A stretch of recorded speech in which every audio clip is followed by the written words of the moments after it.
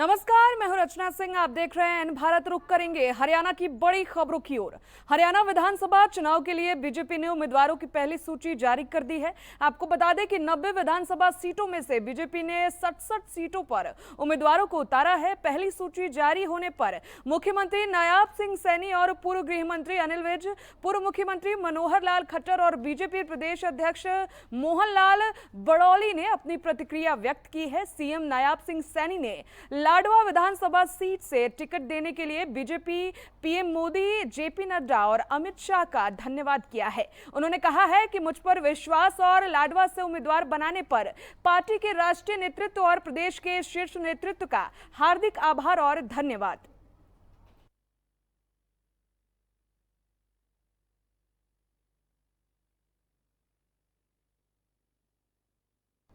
Bharatiya Janata party से ticket कटने पर पूर्व कैबिनेट मंत्री कविता जैन के समर्थकों में काफी नाराजगी है।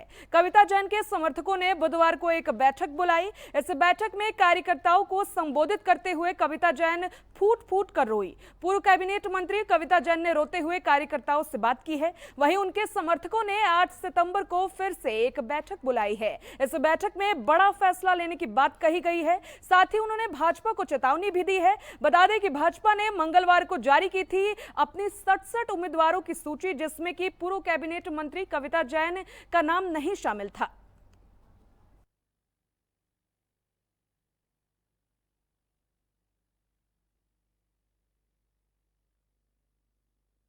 हरियाणा विधानसभा चुनाव के लिए भाजपा ने पहली सूची जारी कर दी है, जिसके बाद भाजपा के नेताओं में नाराजगी नजर आ रही है। इस पर अनिल विज ने कहा है कि छोटी मोटी नाराजगियां होती रहती हैं, लेकिन उन्हें मना लिया जाएगा। हरियाणा के पूर्व गृह और स्वास्थ्य मंत्री अनिल विज ने कांग्रेस द्वारा पहलवान विनेश फोगाट को टिकट दिए जाने पर तंज कसते हुए कहा है कि अगर विनेश फोगाट देश की बेटी से कांग्रेस की बेटी बनना चाहती हैं तो इसमें भाजपा को कोई ऐतराज नहीं है।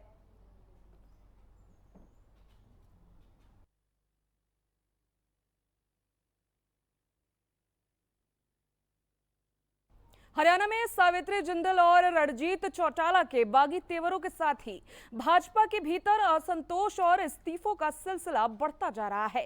कई अन्य नेताओं ने भी पार्टी के टिकट वितरण से नाराज हैं। भारतीय जनता पार्टी की ओर से टिकट वितरण के साथ ही पार्टी में बगावत तेज हो गई है। इसी कड़ी में सांसद नवीन जिंदल की मां और पूर्व मंत्री सावित्री जिंदल ने भाजपा के टिकट न मिलने के बाद बगावती रुख अपना लिया है। सावित्री जिंदल ने स्पष्ट शब्दों में कहा है कि मैं तो चुनाव लड़ूंगी। वहीं इस बयान के बाद से राजनीतिक हलचल और भी तेज हो गई है। साथ ही भाजपा शीर्ष नेतृत्व पर महम विधानसभा क्षेत्र से टिकट वितरण में मेहनती कार्यकर्ताओं की अनदेखी करने के बाद महम ब्लॉक समिति के चेयरमैन नवनीत राठी ने भाजपा की सदस्यता से इस्तीफा दे दिया है।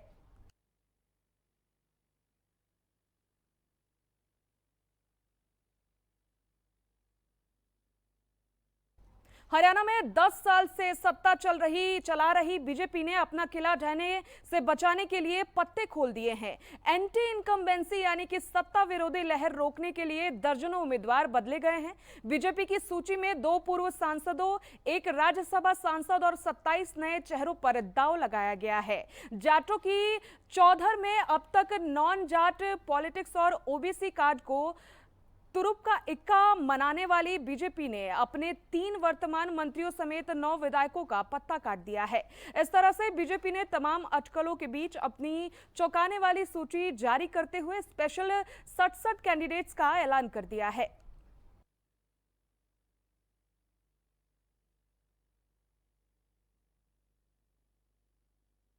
हरियाणा के कुरुक्षेत्र में मुख्यमंत्री नायाब सिंह सैनी ने अपने चुनाव प्रचार की शुरुआत गीता स्थली ज्योतिसर तीर्थ पर माथा टेक कर की है। मुख्यमंत्री ने यहां स्थित ऐतिहासिक वट वृक्ष पर मन्नत का धागा बांधा है और पूजा अर्चना की है, जिससे उनकी चुनावी यात्रा की शुरुआत की गई है।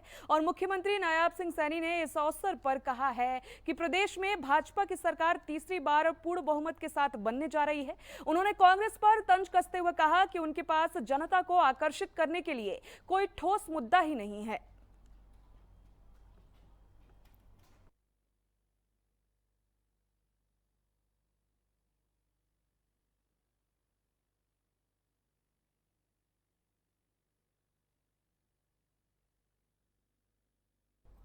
हरियाणा की राजनीति में बड़ा उलटफेर देखने को मिल रहा है। पूर्व मंत्री कर्णदेव काम्बोज के इस्तीफे के बाद हरियाणा की राजनीति में हलचल तेज हो गई है और अब ये देखना दिलचस्प होगा कि काम्बोज किसी पार्टी में शामिल होते हैं या फिर वो स्वतंत्र रूप से अपने राजनीतिक सफर को आगे बढ़ाते हैं। उनकी नाराजगी के बाद भाजपा के भीतर भी गुटबाजी और असंतोष की चर्चाएं शुरू हो गई हैं।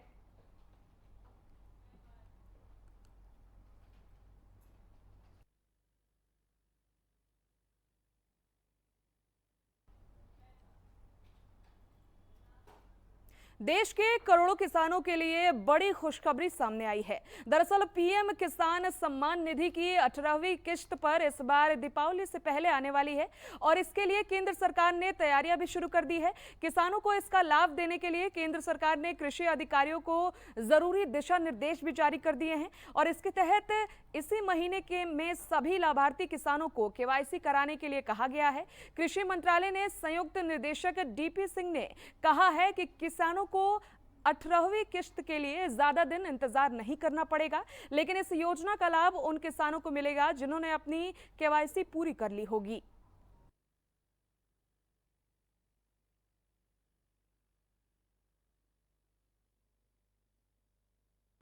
जननायक जनता पार्टी के नेता दुष्यंत चौटाला ने नामांकन से पहले अपनी कर्मभूमि उचाना कला के पार्टी कार्यालय में हवन यज्ञ किया है। इस धार्मिक अनुष्ठान में उनके साथ पार्टी के राष्ट्रीय अध्यक्ष डॉक्टर अजय सिंह चौटाला, विधायक नैना सिंह चौटाला और जेजेपी के प्रदेश महासचिव दिग्विजय सिंह चौटाला भी शामिल हुए।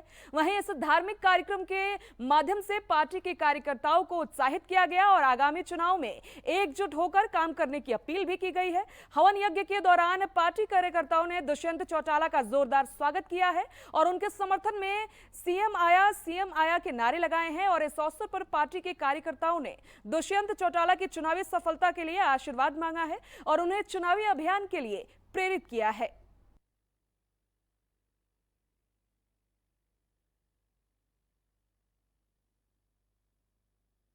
पहलवान विनेश फोगाट और बजरंग पूनिया के विधानसभा चुनाव लड़ने की अटकलें तेज हो गई हैं। नई दिल्ली में दोनों पहलवानों ने नेता प्रतिपक्ष और सांसद राहुल गांधी से मुलाकात की। कांग्रेस ने अपने आधिकारिक एक्स हैंडल पर मुलाकात की तस्वीर भी साझा की है। इस मुलाकात के बाद माना जा रहा है कि विनेश जुलाना और बजरंग पूनिया बादली सीट से चुनाव लड़ सकते हैं या फिर दोनों में से कोई एक पहलवान चुनावी मैदान में आ सकता है। हरियाणा के कांग्रेस प्रभारी दीपक बाबरिया ने कहा है कि रविवार को स्पष्ट हो जाएगा कि दोनों पहलवान चुनाव लड़ रहे हैं या फिर नहीं।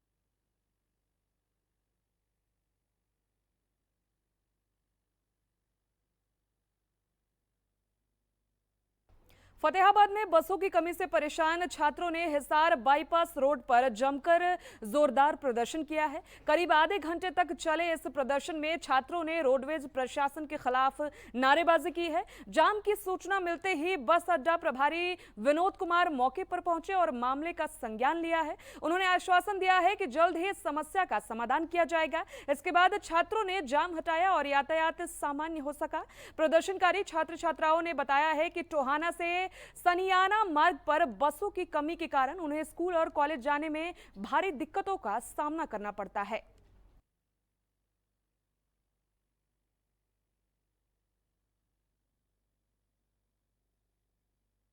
हरियाणा की बड़ी खबरों में फिलहाल इतना ही। बने रहिए हमारे साथ और देखते रहिए एन भारत।